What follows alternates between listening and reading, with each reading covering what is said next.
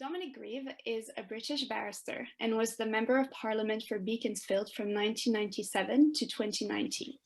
His father was British and his mother half French. He was educated at the French Lycée here in London, St. Paul's Prep School and Westminster School. He read history at Oxford before qualifying for the bar in 1980. In Parliament, he was Shadow Home Secretary in 2008 and Shadow Justice Secretary in 2009. He was made Attorney General of England and Wales and Advocate General for Northern Ireland in 2010 and kept the post until 2014. From 2015 to 2019, he was chair of the Intelligence and Security Committee of Parliament. He lost the Conservative whip over his opposition to no-deal Brexit and his support for a second referendum in 2019, and stood unsuccessfully as an independent in the general election last year. Mr. Grieve also has ties to our French community here, as he is the president of the Franco-British Society. He was awarded the Legion of Honor, la Légion d'honneur, in 2016, and broadcasts in French on French radio and television. He is a practicing Anglican and was a member of the London Diocesan Synod of the Church of England. Mr. Grieve has kindly accepted the group Gaudete's invitation to speak to us today. Gaudete is a group of students and young professionals within the Notre de France parish. And this year we have been reflecting on the social teachings of the Church, la doctrine sociale de l'Église. To that end, we decided to ask Mr. Grieve to speak to us about his faith and the way in which it impacts his job in politics. We thank you very much, Mr. Grieve, to have kindly accepted our invitation. It's such an honor to have you here. We've been looking forward to hearing you speak and to having the privilege of asking you some questions. We're also happy to have with us tonight a small group of Christian entrepreneurs and executives, les entrepreneurs et dirigeants chrétiens, ou EDC, who are another group within Notre Dame de France studying and reflecting on the social teachings of the Church. In a minute, I will hand over the microphone to Mr. Grieve. We will have time for a Q&A afterwards, so please feel free to send me any questions you have for Mr. Grieve in the chat during the talk or after. Please write your questions to me directly in the chat box, as I will be moderating the questions in a chronological order. If you wish to ask a question directly to Mr. Grieve, please say so in the private message you send me, and I will give you the floor to unmute yourself to ask your question when it's your turn. There are quite a lot of us here tonight, so I would like to ask you to please stay on mute for the talk. If you're accidentally not muted, the host will mute you again. So don't worry about that. Please also note that the first part of this talk will be recorded, not including the Q&A. We're only recording the speaker, Mr. Grieve, so all of you attending this talk won't appear on the recording. If you have any questions regarding the recording or anything else, feel free to send a question in the chat to myself or any other of the hosts. I'm now going to hand over to Mr. Grieve to speak. There you go, Mr. Grieve. Thank you, Alexanne. And thank you very much for asking me to join you this evening.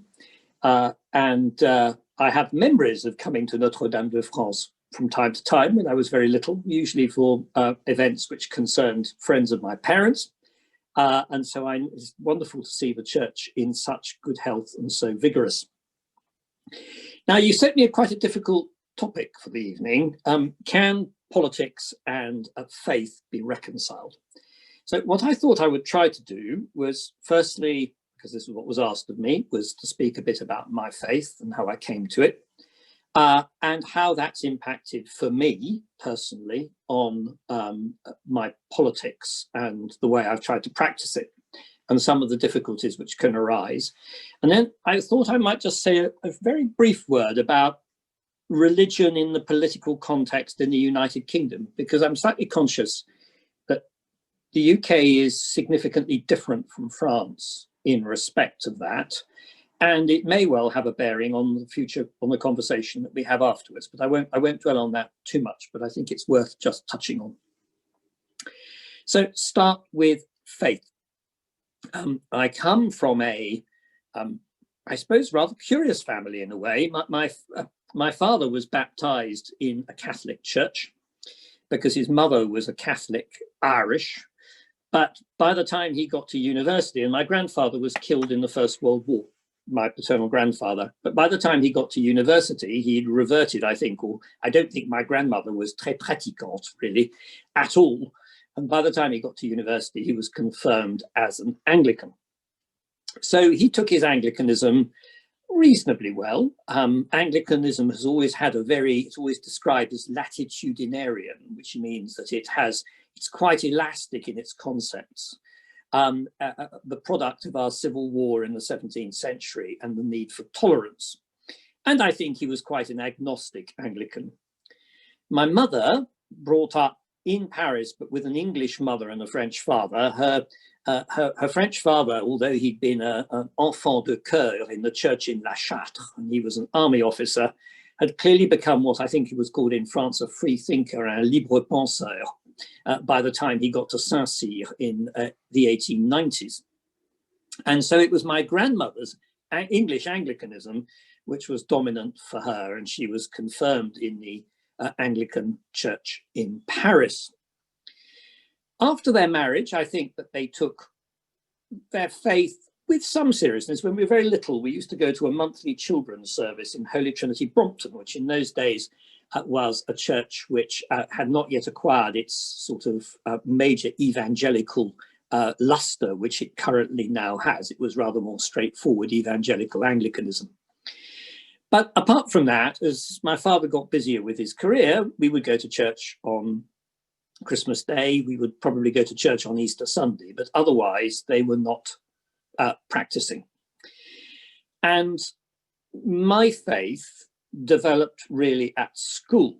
I was at a boarding school at Westminster, and at a time when there were quite a few problems in my own life, and also in my family's, because my sister was very ill, something which eventually killed her.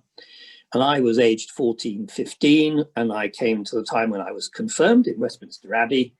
And so I think faith started to take on a meaning for me that was slightly different, perhaps, from other members of my family, and something which I felt at a very personal level.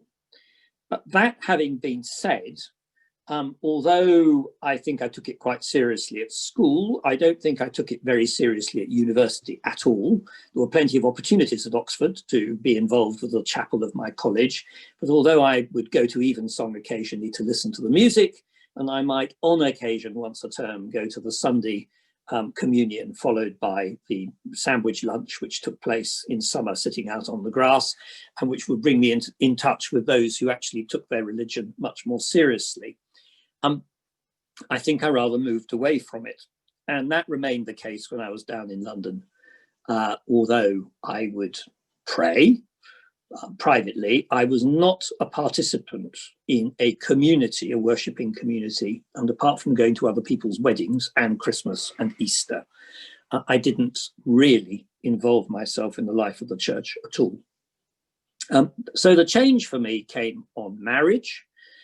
My wife, Caroline, had come from a rather similar background, not particularly religious, but I think she'd sung in the choir of her local parish church, and I think her father took his religion quite seriously. Her mother she's still alive, very agnostic in her views.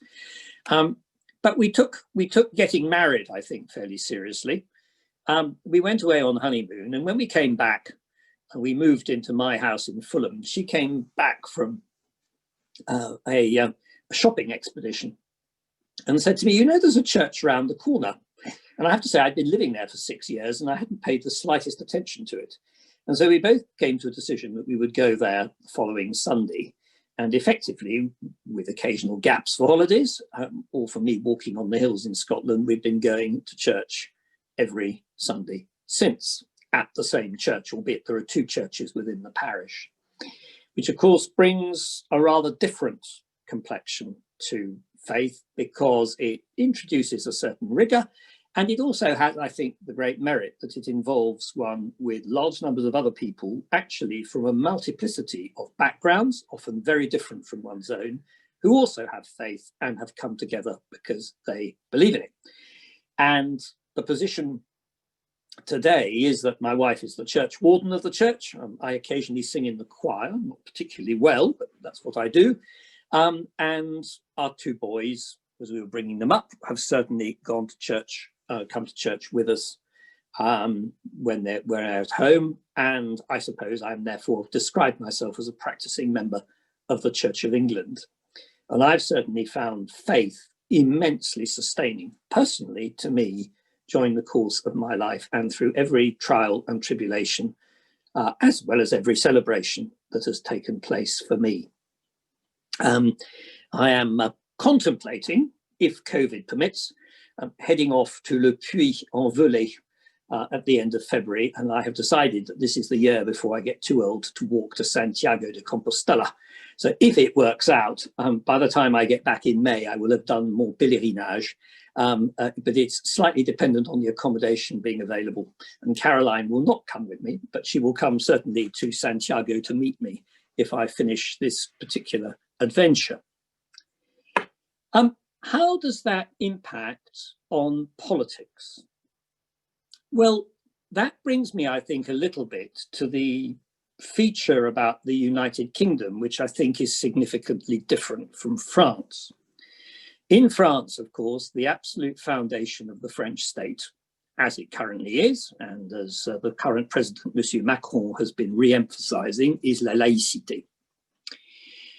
And whilst religion is tolerated, and indeed is given the facility to manifest itself, France has sought to develop itself into a secular state, which, whilst giving religion space, sees itself as anchored on different ethical premise. Now, the United Kingdom, in some ways, is very similar if you look at the levels of religiosity. Obviously, around 50–60% of the population describe themselves as Christian, but it's going down. It was about 72% 15 years ago. And of course, there are new religious groups that have come in, which have made religion much more prominent than it was. And because of immigration, particularly from Eastern Europe, Poland in particular, the Catholic Church has experienced a significant revival. And it's right to say that the Anglican Church in Britain is reviving in cities, curiously not doing very well in rural areas. But on the whole, we are moving towards a more and more secular outlook, and that is reflected, and I'll come back to that in a moment, on the sort of legislation that Parliament is thinking of enacting. On the other hand, the foundations of the English/British state are absolutely rooted in Christianity. Indeed, because we don't have a written constitution, the only constitution we have, effectively, is that the Queen takes an oath before God at her coronation. And she is described, of course, in her titles as the Defender of the Faith, a title given to Henry VIII by the Pope before Henry VIII misbehaved. And when she comes to open Parliament, she makes a speech at the end of which she asks that the blessings of Almighty God should rest on our councils, not, I think, something that Monsieur Macron would do if he turned up to l'Assemblée Nationale. Parliament, the Speaker of the House of Commons, even though the last Speaker was a non-practicing Jew, John Bercow, has a chaplain, an Anglican chaplain, who is appointed to lead the prayers at the start of every session of the House of Commons. The Queen, in taking her oath, says, "Faith and truth I shall bear unto thee." And the basis of the social contract, our contrat social in Britain, is that between the Queen and her subjects, which is based on Christian principles. And our subjection to the Queen, although lots of people don't realise it, is really based on the principle that she will herself observe God's holy ordinances. And Queen Elizabeth II has not been bad at doing that. Indeed, it's pretty clear that she takes that very seriously. And one of the other features, again, I think sometimes overlooked because we don't have a constitution, is that effectively the entire hierarchy of the state in Britain is based on people being the Queen's servants. If you're a High Court judge, if you're a police officer, if you're a High Sheriff, if you're a mayor, if you're a member of Parliament, if you're a member of the House of Lords, if you're an army officer, you have all got to prêter serment to the Queen. Now, of course, you can actually nowadays affirm, and if you're a Muslim, you can take your oath by Allah. But ultimately, the vast majority of people take their oath to the Queen, as I did when I became a Privy Councillor, I became Attorney General, quite complicated oaths actually. They are all based on service to the Queen, subject to the Queen's service to God. So it is the absolute contradiction of an atheist state. And I can't think of anywhere else, probably on planet Earth, apart from theocracies like Iran, which I don't wish to emulate, where this exists. And yet, interestingly, as I was explaining, it exists alongside what are now highly secular ethics, which is very different from where we were, say, 50 or 60 years ago. Lord Hailsham, who was a distinguished Conservative politician, wrote a book called The Case for Conservatism, which I was a Conservative politician before I became an independent. And he wrote that in the 1950s. And he said, the case for conservatism, he said, there could be no genuine conservatism, by which he was referring to British conservatism, which is not founded upon a religious view of the basis of civil obligation. And there can be no true religion where the basis of civil obligation is treated as purely secular. Now, that having been said, most of the ethical politics, I think, divides in two. Obviously, most of politics is about the affairs of men and not of God. Now, we may all, I certainly believe as a Christian, that we need to try to further the common good, an expression which I think is very widespread within Catholic Christianity, but also exists very widely within Anglican Christianity as well. And the common good is something, the sum total of the goods that can be done by individuals coming together to serve their communities. But lots of the decisions, should you raise or lower taxes, should you spend more money on defence, should you spend more money on health, are complex issues where Christians may properly take very different views. There are also some issues which have intensely ethical angles to them. And the one merit, and I think perhaps particularly, may also exist in France, but it's certainly the one merit of the Christian foundations that we still have remotely in the background of our political processes in the United Kingdom, is that they are always treated as ethical issues and therefore as free vote territory. So if it's abortion, or, which looks more and more to be coming down the track, euthanasia, something which fills me with a considerable degree of horror, but appears to be becoming more popular in European countries, and I think is going to rise up as an issue. Or indeed, issues around sexuality and marriage, civil partnerships, all present a series of challenges where actually members of Parliament are left to make up their own minds and nobody will criticise them for what they decide to do. In any case, even those issues, in my experience, are not necessarily amenable to a simple answer. And in the course of my time in Parliament, I've tried, working with fellow parliamentarians on cross-party basis who are also Christians. There is a core of Christians in the House of Commons, certainly, and probably more in the House of Lords who are active. One tries to steer a course, mindful of the fact that all politics in democracy requires compromise, because politics is the art of the possible. Whilst there may be some things over which you cannot compromise at all, there may be issues on which you should compromise because that is going to lead to the best possible outcome. Just to take an example, which is abortion. I happen not to believe in abortion. I think it's contrary to my Christian principles and contrary to Christian teaching.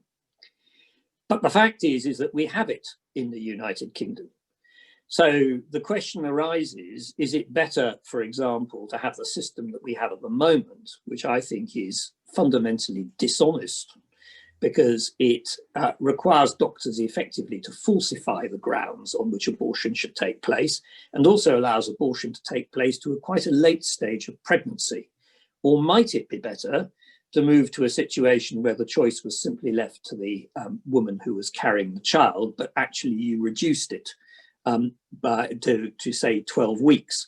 That's the sort of ethical dilemma to which, and might there be a better chance of getting that if one supported it than of maintaining the current system, which in my view, and I certainly felt it very strongly when I was Attorney General, is simply a piece of serious hypocrisy that we introduced in the 60s, when, as you'll be aware, we said that 2 doctors had to certify that it was in the interests of the mother's mental health or physical health that an abortion should take place.